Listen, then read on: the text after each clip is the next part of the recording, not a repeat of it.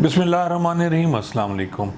अच्छा नाजरीन, हम पुलिस में हमेशा करप्शन की बात करते हैं कि जी पुलिस बहुत ज़्यादा करप्ट है, पुलिस वाले बग़ैर पैसे के काम नहीं करते। तो ये बात बहुत हद तक सही है, बल्कि ये बिल्कुल ही सही है। मैं मान लेता हूँ कि पुलिस वाले जो हैं वो 99.9% जो हैं वो बग़ैर पैसे के काम नहीं करते हैं। तो अब हम इनकी वजूहात तो देखें कि जी ये पुलिस वाले पैसे लेते क्यों हैं जी। अब उसमें बहुत सी चीज़ें हैं जो की जा सकती हैं, और इस पे मैं पहले भी व्लॉग बना चुका हूँ कि बहुत सी हुकूमतें आईं, मार्शल्ला का दौर आया, आपको याद होगा जनरल ज़िया-उल-हक साहब आए, फिर परवेज़ मुशर्रफ साहब आए, फिर जनाब शहबाज शरीफ साहब 3 दफ़ा वज़ीर आला बने, अब वज़ीर आज़म हैं, उनके भाई जो हैं वो 3 दफ़ा वज़ीर आज़म बने, फिर पीपी की गवर्नमेंट आई, उसमें यूसुफ रज़ा गिलानी वज़ीर आज़म बने, बेनज़ीर भुट्टो वज़ीर आज़म बनी, और अभी भी उनकी हुकूमत है। फिर इमरान खान साहब तशरीफ़ लाए, वो वज़ीर आज़म रहे, लेकिन पुलिस का कुछ नहीं हो सका। तो उसकी बहुत सी वजूहात हैं जिनकी तरफ कोई तवज्जो देने को तैयार ही नहीं है। अब करप्शन की बहुत सी वजूहात हैं, लेकिन आज जिस वजह की मैं बात कर रहा हूँ वो बड़ी ख़तरनाक है नाजरीन, आप हैरान हो जाएंगे सुन के। आपको पता है कि जब FIR दर्ज होती है तो उसके भी आपको पैसे देने पड़ते हैं, बहुत से लोग पैसे देते हैं। फिर जब तफ्तीश होती है तो तफ्तीशी को पैसे देने पड़ते हैं, और हालांकि इसमें इन्वेस्टिगेशन फ़ंड मौजूद हैं लेकिन वो तफ्तीशी को नहीं मिलते।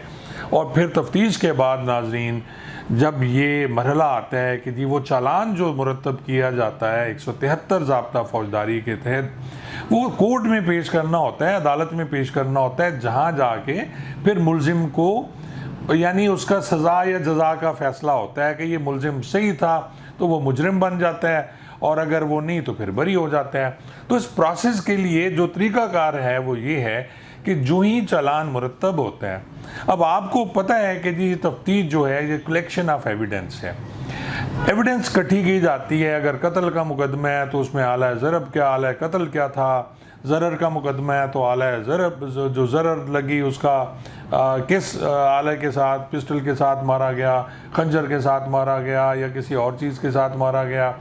इसी तरह अगर कोई डॉक्यूमेंट्री प्रूफ हैं, कोई ऐसे मुकदमात हैं जैसे 420/71 है ताज़ीरात पाकिस्तान के, उनमें भी एविडेंस कलेक्ट की जाती है। अगर कोई रिटन एविडेंस है यानी कोई कागज़ है, कोई तहरीर है, वो हो गई। यानी इसमें एविडेंस भी मुख्तलिफ़ किस्म की हैं, ज़बानी भी हैं, औरल एविडेंस कहा जाता है, और तहरीरी जो एविडेंस है, डॉक्यूमेंट्री प्रूफ आप जिसको कह सकते हैं, वो भी अदालत में पेश की जाती है। और उसके बाद जो फोरेंसिक की एविडेंस होती है, मसलन जो फोरेंसिक साइंस का एक्सपर्ट है वो कोई एविडेंस मुरतब करता है तो वो भी पेश की जाती है। तो ये सब कुछ लगा के फिर चालान अदालत में पेश किया जाता है।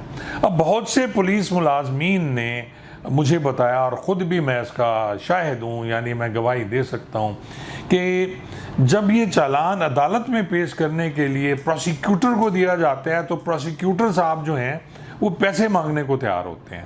यानी वो तैयार हैं कि जी बग़ैर पैसे के चालान कोर्ट में सबमिट नहीं होना, यानी सेंड टू कोर्ट नहीं होना।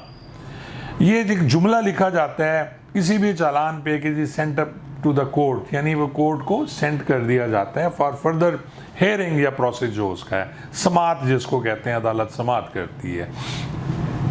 पहले ये होता था नाजरीन के सब इंस्पेक्टर लीगल भर्ती किए जाते थे जिनको प्रोसिक्यूटर सब इंस्पेक्टर कहा जाता था, और वो डायरेक्ट महतात होते थे DPO के, जो अब DPO हैं, या SSP ज़िला जो हैं उनके महतात होते थे, और वो सारा कुछ देखते थे कि कितने चालान बने और उनको अदालत में कैसे भिजवाया जाए।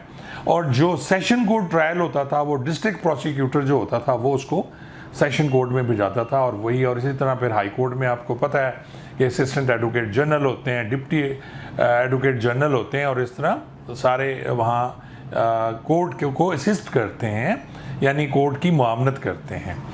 अब जो लाहौर में हो रहा है, पूरे पंजाब में हो रहा है, पूरे पाकिस्तान में भी यही हो रहा होगा कि हर चालान के पैसे मांगे जाते हैं। और आप देख लें कि अगर चालान मुरतब किया गया कत्ल का तो उसका 30-35 हज़ार से 50 हज़ार तक फ़ीस है। जो प्रोसिक्यूटर लेता है। जैसा कि मैं पहले अर्ज कर चुका हूँ कि इंस्पेक्टर लीगल होते थे, वो अपने महकमे के होते थे, वो चालान सबमिट कर देते थे। लेकिन 2002 ऑर्डिनेंस के बाद जो पुलिस में आया, उसके बाद ये प्रोसिक्यूटर जो हैं इनको अलहदा एक डिपार्टमेंट बना दिया गया, और इनके जो होते हैं प्रोसिक्यूटर जनरल होते हैं वो इसको हेड करते हैं, और उसके ऊपर सेक्रेटरी प्रोसिक्यूटर भी होते हैं। तो आजकल जो ये प्रोसिक्यूटर जनरल हैं वो खलीक ज़मा साहब हैं, और जो सेक्रेटरी प्रोसिक्यूटर हैं ज़मान भट्टो साहब हैं। दोनों बड़े अच्छे अफसरान हैं, मैं इनको पर्सनल तौर पे जानता हूँ। अब हम आ जाते हैं जी उस करप्शन पे, जो करप्शन ये करते हैं।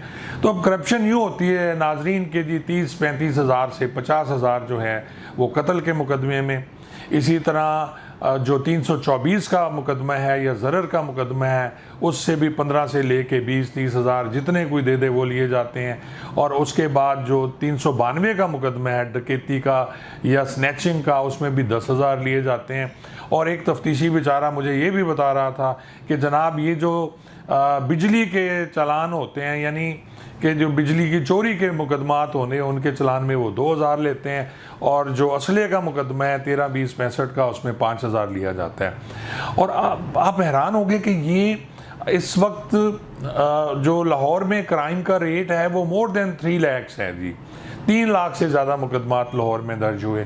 और आप देख लें कि ये प्रोसिक्यूटर जो हैं ये कितनी आमदनी इनको है, और इस सब बात का पता है DPOs को भी पता है, ज़िले के लेवल पे, और पता है जी लाहौर में CCPO को, और जितने भी हेड्स बैठे हुए हैं, चाहे वो SP इन्वेस्टिगेशन है, चाहे वो SSP इन्वेस्टिगेशन है, चाहे DAG इन्वेस्टिगेशन है, ये मीटिंग्स में बाकायदा डिस्कस होता है कि सर हमारे पास इतने पैसे नहीं है कि हम चालान के कहाँ से दें। तो कई दफ़ा जो सीनियर्स हैं उन्होंने कहा जी आप चालान फेंक के आ जाएं, लेकिन इससे भी गुजारा नहीं होता, क्योंकि एंड में चालान ना देने की सज़ा भी तो फिर उसी तफ्तीशी को मिलती है जिसने चालान मुरतब किया। यानी चालान मुरतब करना वैसे SHO का काम होता है, लेकिन ये ज़िम्मे है उसी तफ्तीशी के चालान उसने सेटअप करना है। कानून ये कहता है ज़ाब्ता फौजदारी के तहत के 173 का चालान वो SHO मुरतब करेगा, और SHO की तरफ से बनता है, लेकिन बनाया ये जाता है तफ्तीशी की तरफ से, जिसने तफ्तीश की, और SHO साहब उस पर साइन कर देते हैं। बाज़ औक़ात वो साइन ही नहीं करते, और ये चालान वो प्रोसिक्यूटर के ज़रिए अदालत में भिजवाया जाता है। यानी ये मेरा कहने का मकसद सब यही था कि मेरी रिक्वेस्ट है ज़मान भट्टो साहब से जो सेक्रेटरी प्रोसिक्यूशन है, और खलीक ज़मा साहब हैं जो प्रोसिक्यूटर जनरल पंजाब हैं, आप दोनों ईमानदार अफसर हैं, लेकिन आप मेहरबानी करें, आपका जो अमला है नीचे वाला जो प्रोसिक्यूटर्स हैं उन्हें कहें कि जी थोड़ी अपनी फ़ीस में रियायत फरमाएं, इतनी ज़्यादा फ़ीस मत लें, क्योंकि इनडायरेक्ट ये सारा जो बोझ है अवाम पे पड़ता है। तफ्तीशी ने नाज़रीन अपनी जेब से नहीं देना, तफ्तीशी ने तो फिर भी लेना है तो उन्हीं लोगों से लेना है, उन गरीबों से लेना है जो मुद्दई है, जिसका बेटा मरा, जिसका बाप मरा, जिसका भाई कत्ल हुआ, वो फिर पैसे भी भर रहा है चालान सबमिट करने के, या फिर मुलजमान ने देने हैं। मुलजमान तो कभी नहीं देंगे ना, तो फिर मुद्दई देगा। जितने भी ज़रर के मुकदमात हैं उसमें मुद्दई से लिया जाता है, जितने भी चोरी के मुकदमात हैं उसमें से भी मुद्दई से लिया जाता है, जी हमने चालान सबमिट कराना है।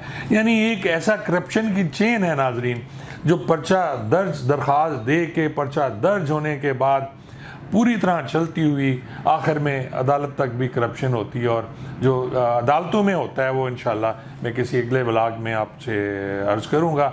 आज का मेरा जो व्लॉग था वो यही था कि जो प्रोसिक्यूटर जनरल पंजाब हैं खलीक ज़मा साहब, वो मेहरबानी करें इनसे जान छुड़वाएँ। बहुत बहुत शुक्रिया।